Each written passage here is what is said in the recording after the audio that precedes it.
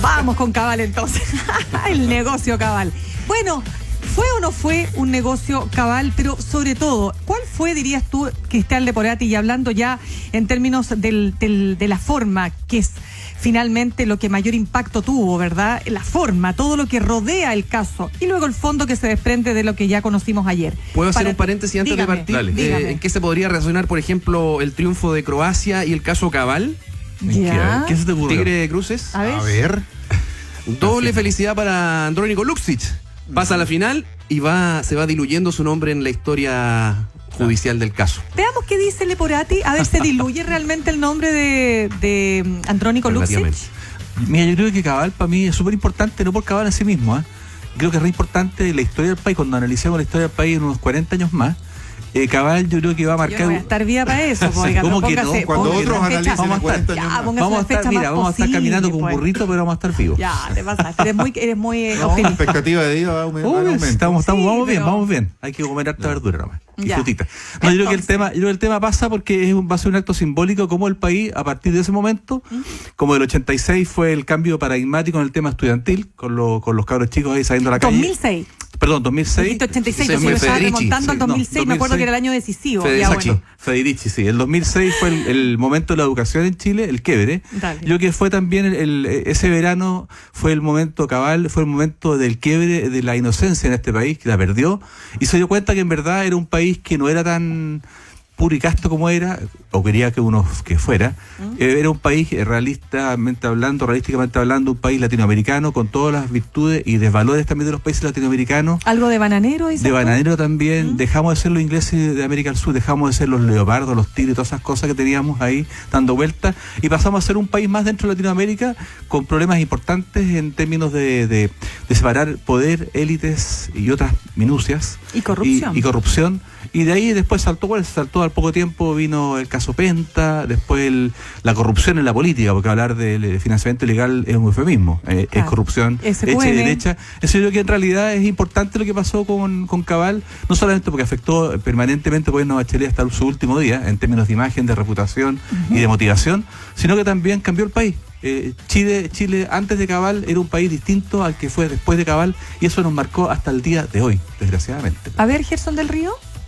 No, yo me gustaría reconstituir un poco la historia, porque uno escuchaba ayer a Natalia Compañón y a su esposo, Sebastián Dávalos, hijo de la expresidenta Bachelet, y parecía que habían triunfado, que no hubiera pasado nada acá. Pero lo hemos comentado otras veces, lo explicó bien detalladamente también acá el propio fiscal de la causa, que conversó con ustedes más temprano, acá en ADN Hoy. Este fallo se refería a una cosa bien puntual. No da cuenta de todas las cosas que pasaron, que sí pasaron en este caso. Esto se conoció el 5 de febrero del año 2015 en este reportaje que tú recordabas, Mirna, de la revista ¿Qué pasa? Decía un negocio Cabal. Y partía con un dato bien decidor. El primer párrafo del reportaje decía algo así como: un día después de haber asumido la presidenta Bachelet, la familia cercana de la presidenta recibió otra buena noticia. El Banco de Chile le aprobó un crédito por $10 millones, 6.500 millones de pesos. Semanas después, compran los terrenos a través de la venta que estaba haciendo una familia ahí, ¿cómo se llama? Wisner, que era representada por Herman Chadwick, el síndico de quiebra. Después se firmaron una especie de promesa de venta por 9.500 millones de pesos. O sea, una pasadita. Ese era el negocio.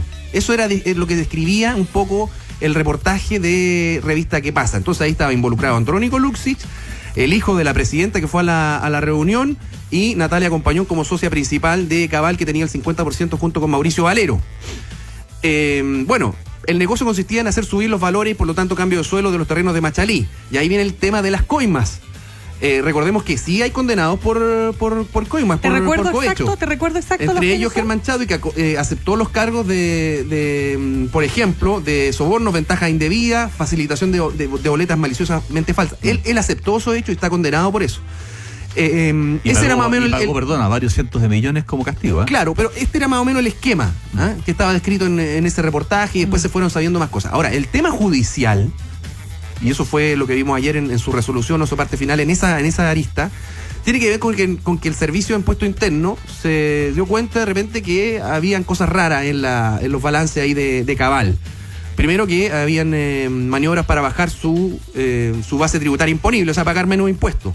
Pero después lo que le llamó la atención dice, ¿cómo es una empresa nueva, sin capital, tiene ganancia en 2 años de 1.500 millones de pesos?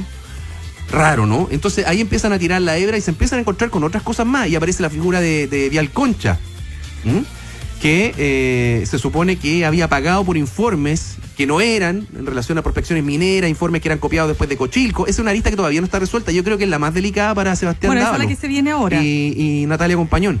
Claro. O sea, esa es la historia más o menos que han pasado en 3 años. Claro. En 3 años, recordemos, están llegando a su fin, se están extinguiendo causas políticos judiciales con penas exiguas. Todos sabíamos que iba a ser así, porque las penas no dan para más en Chile. El tema está en conocer los hechos como fueron, más allá de las condenas o todas las maniobras judiciales y de los juicios abreviados, los acuerdos que se llegan entre la Fiscalía y la Defensa, la poca diligencia o poco énfasis o poco brío de la Fiscalía en algunos casos. Más allá de eso, yo creo que lo importante para la sociedad hoy en día, ya no basta solamente lo judicial, ya no basta la sentencia. Hay que tener presente, y yo creo que la ciudadanía hoy día valora mucho más lo que puede hacer, por ejemplo, la prensa, en relación a este tipo de hechos. Perdona, muchos fueron conocidos por investigaciones periodísticas. Una pregunta, yo tengo una consulta que hacer, porque aquí yo veo un despropósito o una desproporción. Entiendo, por lo que salió ayer en la noticia, que el fiscal logra solamente castigarla por una boleta, una factura. Una sola factura. Eso yo veo el tema de... Se alcanzó a saber cuál factura. Se han gastado 3 años, ¿cierto? ¿Cuál factura? Pero se han gastado 3 años de costo jurídico, de horas hombres, de defensa, ataque. O sea, hay todo un proceso larguísimo que ha copado los medios de comunicación por razones políticas, reales también muchas veces, indudablemente, y solamente por una factura. Bueno, o sea, pero yo estoy diciendo, además 3 años poco para todo lo que duraban los juicios. Mira, el crimen de Víctor Jara se acaba de sentenciar después de 45 años de ocurrido. Así es. Entonces, si comparamos 3 años versus 45... Deja contarte algo más. Fíjate, lo hablábamos de los niños, del niño cuyos padres tuvieron que pagar estos 3 millones de pesos. Esta es una causa que partió el 2014. O sea, que estamos hablando que la afectada, que era una chica de 14 años, hoy ya tiene 18 años, debieron esperar 4 años para que se los indemnizara. ¿Te fijas o no? Entonces, efectivamente, algo pasa en el proceso, ¿no? La justicia es lenta, es lenta. Y entonces aquí no nos centremos en aquello, sino que centrémonos en los resultados. Además, en parámetros internacionales es igual. Bueno, pero para que veamos, o sea, lo que hagamos vestidura con los que tarda nuestra justicia, y en todas partes hay juicios de ahora, años. Evidentemente que el resultado final, cuando tú entiendes que los principales controladores de Cabal, Natalia Compañón y Mauricio Valero, no fueron condenados por el delito de soborno, bueno, sin duda que es un revés.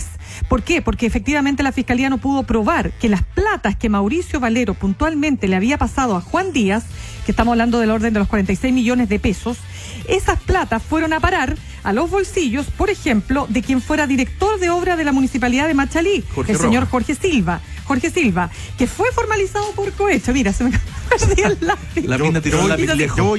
A lo Don Pío tiró el lápiz. Pero casi de acuerdo. Pero mira qué interesante. Casi le sacó un ojo al tigre. Pero mira qué interesante, porque Mauricio Valero efectivamente le transfiere 46 millones, pero claro, el tribunal tiene que basarse en función de si hay o no delito, y eso no es ningún delito porque es un traspaso y es un pago entre privados. Claro, ahora pasa lo mismo, que como no está condenada aquí la corrupción o el cohecho pasivo, una cosa es, acá no se concretó el cambio de suelo. Pero entonces, claro, no está... Bueno, está mirando duda. Por lo visto, en todos estos últimos casos que hemos tenido, no sé, la última vez que pasó, la calidad investigadora de los fiscales y sus equipos asesores, algo pasa ahí, ¿no? O sea, esa es una crítica que puede ser razonable, y otra es que derechamente acá se hizo mejor de lo que se pensaba. Es decir, para el fiscal, porque lo entrevistamos más temprano, Mauricio Valero la supo hacer. Pucha, es que eso... No le iba a pasar la plata directamente. Es como vine a hacerme en América, en Latinoamérica. Te entiendo. Oye, hay una realidad. Te entiendo. A la que... Tienes que probarlo. Tienes que probarlo. Y hay una cuestión que el fiscal Moya decía: la ley no da más. Estos son delitos, los otros que no tienen pena de cárcel ni pena aflictiva, no son delitos en Chile incluso. O sea, un cohecho indirecto que no permite establecer perfectamente desde el 0 al 10, ¿no es cierto?, toda la cadena que se produce para que alguien sea cohechado, en fin, no es delito en Chile, aunque haya intento, aunque haya habido plata que sí corrió, aunque el que recibió la plata la tenga en su cuenta, en fin, no se puede probar esa trazabilidad completa, y no es delito eso en Chile. Y esto Y esto cobra sentido cuando uno sigue lo que se está discutiendo hoy en el Parlamento, donde la comisión mixta que está viendo sanciones que tienen que ver con malversación de fondos fiscales y delitos funcionarios, sacó... ayer, la tarde. Claro, pues. Sacó el tema de la inhabilidad. La inhabilidad por cohecho. Exacto. La inhabilidad para ejercer de cargos públicos por cohecho. Claro, hay un detalle ahí porque era la inhabilidad perpetua en todo caso. Entonces... Lo que se cae, ¿no es cierto?, es el que si no hay contraprestación ejecutada, no hay delito. Ya, pero por ejemplo, o sea, yo te puedo pagar a ti, te puedo comprar, tú puedes hacer todos los intentos para hacer la petición que yo te estoy haciendo, pero si no logras hacerlo por esa razón, y tú tienes la plata, no hay corrupción. Ya, pero lo que eso se llama soborno pasivo. Ya, pero lo que estamos hablando, por ejemplo, de Pablo Longueira. Pablo Longueira, donde efectivamente está acusado de cohecho. Así es. O sea, él podría efectivamente ser condenado por aquello, pero ¿cuál es la gran dificultad que tiene la Fiscalía? Es probar que las platas que le pasó a SQM, estos más de 700 millones, efectivamente fueron para él, fueron a parar el caso a él. Es mucho más claro. ¿Por qué? Porque se triangularon a través de varias personas, fundaciones, en fin. Sí, pero miren, ahí el tema de Longueira yo creo que es mucho más complicado que, por ejemplo, el de los Penta. Y efectivamente, el caso Longueira, llegó la redacción y ahí están acreditados los correos, llegó la redacción del cambio de la ley del royalty a la oficina de él cuando era senador, él la presenta como él, o sea, ahí está ejecutado. Pero para que se cierre el círculo desde la legislación que tenemos, tiene que estar demostrada que la plata llegó a él. Está ejecutado el favor, la contraprestación. Era lo que faltaba en el caso Penta. Pero no termina de demostrarse todavía en estrados. Sí. Ahora, Gerson dijo la gran verdad, la opinión pública ya castigó. O sea, en paralelo a la sentencia del Poder Judicial, la opinión pública ya se hizo una opinión, valga la redundancia. Y además por eso se valora tanto acá la prisión preventiva, como ocurrió en el caso Penta, que estuvieron 46 días presos, porque se sabe que al final las penas no iban a llegar a eso. Oye, es increíble la sanción social. Fíjate tú que la mañana lo preguntamos. Por la dinámica del programa no alcanzamos a dar cuenta de las opiniones de nuestros auditores sobre el caso Cabal y este veredicto de ayer. Pero sabes tú que casi es irreproducible. Porque, qué sé yo, de 100 respuestas, las 100 son disparando contra Compañón y virulentas y contra la justicia en Chile, fraude, en fin. O sea, no hay una reacción que yo haya visto, por lo menos, no sé si tú, Mirna, una que diga, mire, menos mal porque era inocente. Aparte de todo esto, hay un efecto calle, que yo le digo efecto calle, que debe ser muy complejo para estos personajes salir a la calle a caminar, porque en verdad reciben insultos. A mí me tocó ver, por ejemplo, alguna vez en Maitencillo, a Pablo Alcalde, creo que se llamaba, del caso La Polar, que la gente lo veía caminar y la gente daba un paso al costado y cambiaba de acera, por ejemplo. O sea, hay todo un rechazo social muy, muy potente que estas personas sufren, más allá de las sentencias, que son bastante básicas en este país. Bueno, por eso que la pregunta que tú o sea, lo que tú planteabas al comienzo, Gerson del Río, cuando tú dices que Andrónico Luksic festejó 2 veces ayer, ¿la mantienes? No, claro, pues, en el fondo su responsabilidad o todo lo que significó ser nombrado en este juicio, la declaración que prestó se va diluyendo precisamente porque las penas y las sanciones son exiguas. Mira, Gerson dijo esto hace 7 minutos, ¿cómo va a cambiar de opinión tan rápido? Mira, además, mira, está el chiste de las clases de ética para el empresariado. Dale. ¿Ah? Un chiste. Y Natalia Compañón está pidiendo más o menos lo mismo. Está pidiendo trabajo voluntario, trabajo comunitario.